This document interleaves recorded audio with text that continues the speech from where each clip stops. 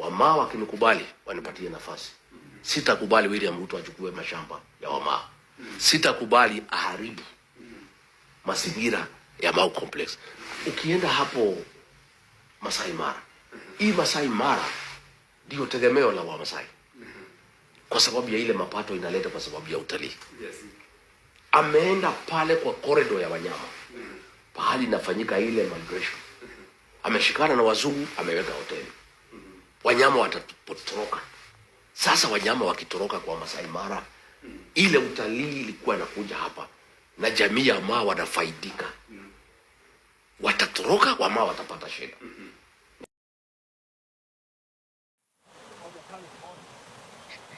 This is Maasai Mara, home of the Great Migration, one of the last living natural miracles on earth.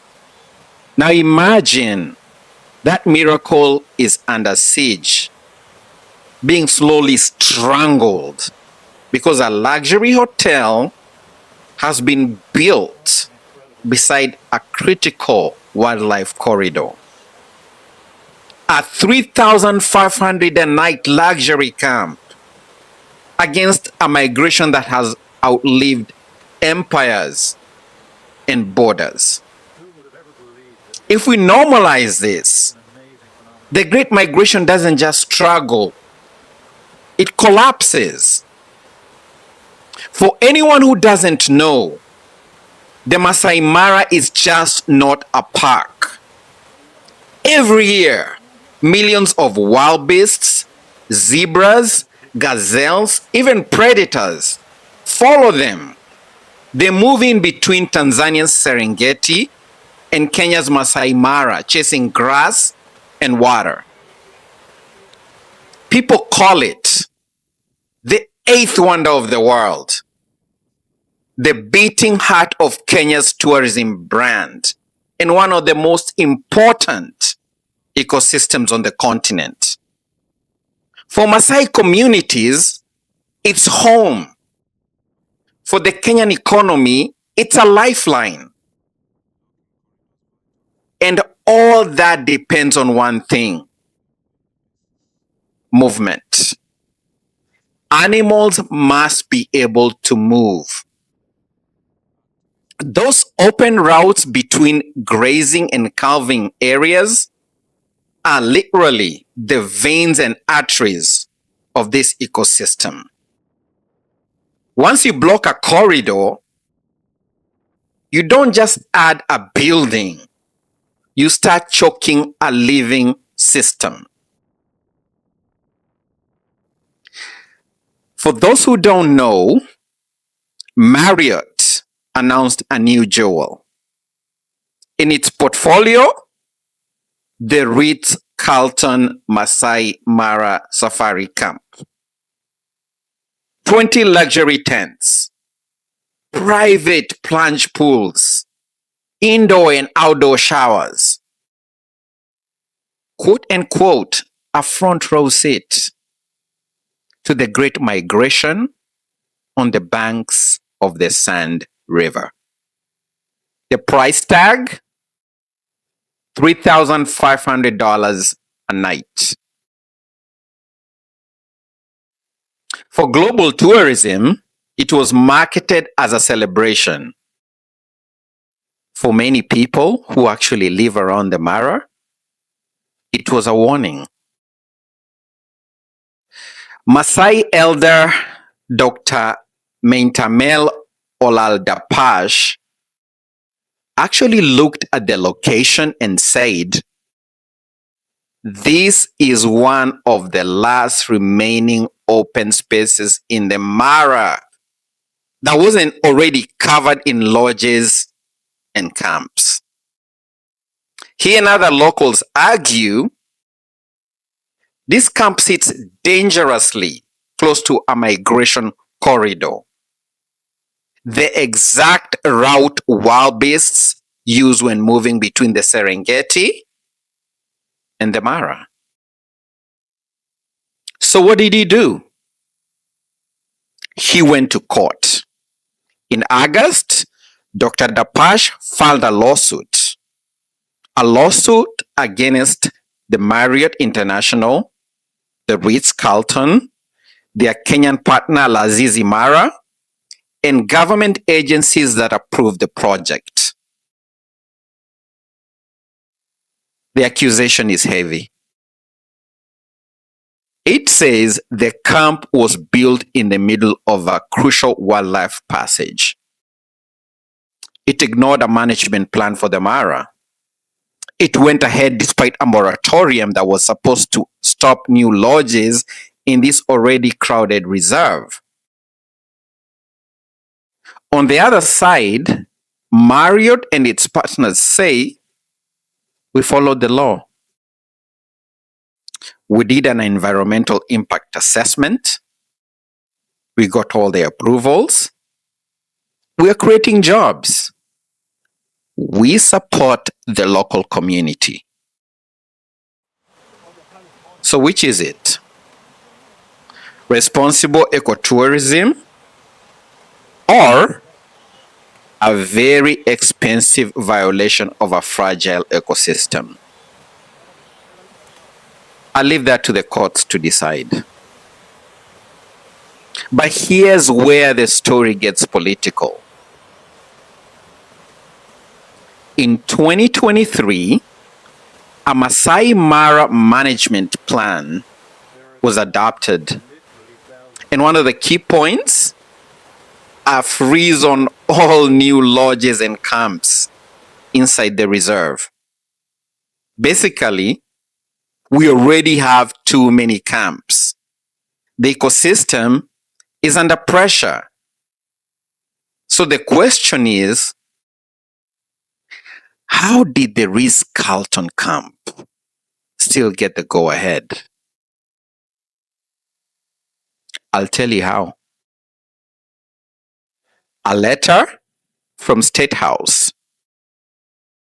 The President's Chief of Staff wrote to Kenya's environmental regulator granting Marriott a one-time exemption from that moratorium to support investment and create a good business environment. So while ordinary Kenyans are told rules are rules,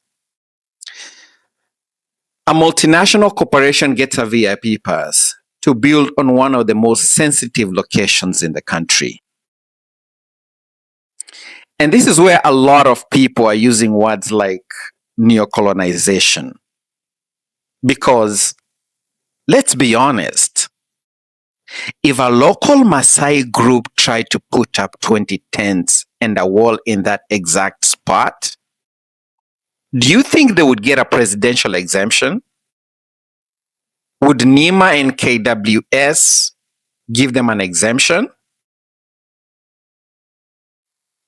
So even at the level of community approval, people are asking, who actually spoke to the Maasai here? And who forged their silence into consent? Scientists have actually tracked wildlife in the Mara for decades and warned that this isn't just about one camp. They say a number of camps have exploded from 100 to 170 in just a decade. So we have the Marriott, which is the Ritz Carlton, the Sala camp on the Sand River. We have Elewana camp on the Sand River. We have Ashnil Mara camp on the Mara River.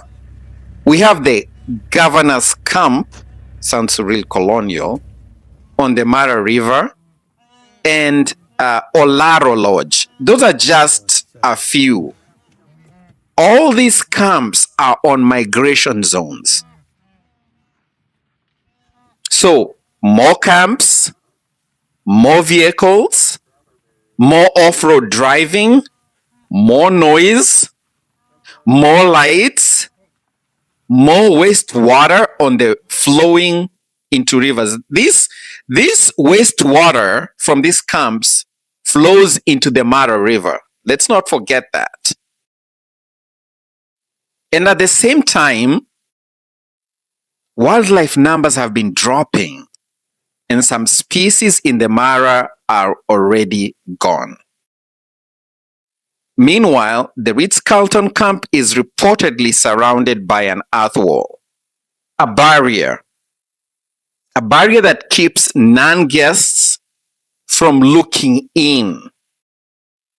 Guides are already seeing the tracks where animals have tried to pass and hit the wall. So ask yourself, when a place sells a front row seat to the Great Migration and then sets up a wall between rich guests and everyone else, including local communities, who is that front row really for? To be clear, most Maasai elders, guides, activists are not anti-tourism, not at all. They'll actually tell you themselves. Tourism has built schools, tourism has built hospitals and created jobs. They want tourists. They want lodges. They want income. What they don't want is lawless tourism. What they don't want is projects pushed through by powerful companies. Presidential exemption for friends in high places. And a future where local people are locked out while their land is sold off in pieces. Good tourism is absolutely possible. Smaller camps, lighter footpaths, honest community consent, and strict no-go zones where wildlife corridors are non-negotiable. So here's where you come in. If you're watching this from Kenya or anywhere in the world, you can amplify this story, share this video, comment, talk about the Maasai Mara case on your platforms. Tag the right people. Tag the Marriott. Tag Ritz Carlton. Ask one simple question. Why is there a luxury camp on a critical wildlife corridor? Support Maasai voices. When you see updates from local activists and guides, share their content. Let them lead the narrative. Because here's the truth. Kenya was gifted a living miracle.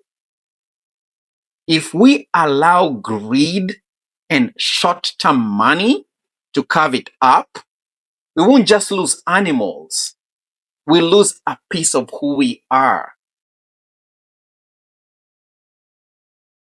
So I want to hear from you in the comments. Should Ritz Carlton be demolished, relocated, or allowed to stay? And if the Great Migration dies on our watch, do we ever recover from that reputation?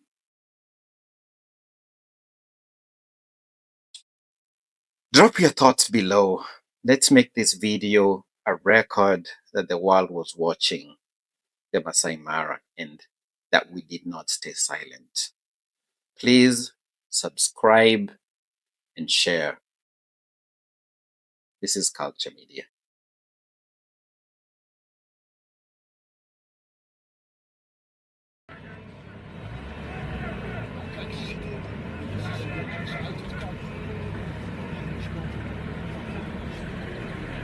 You know, I tell you, they should never allow this camp here on the crossing side.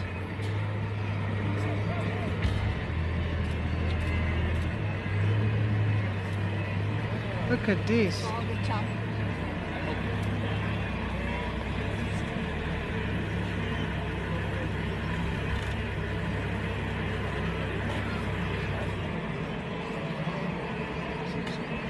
Wahnsinn.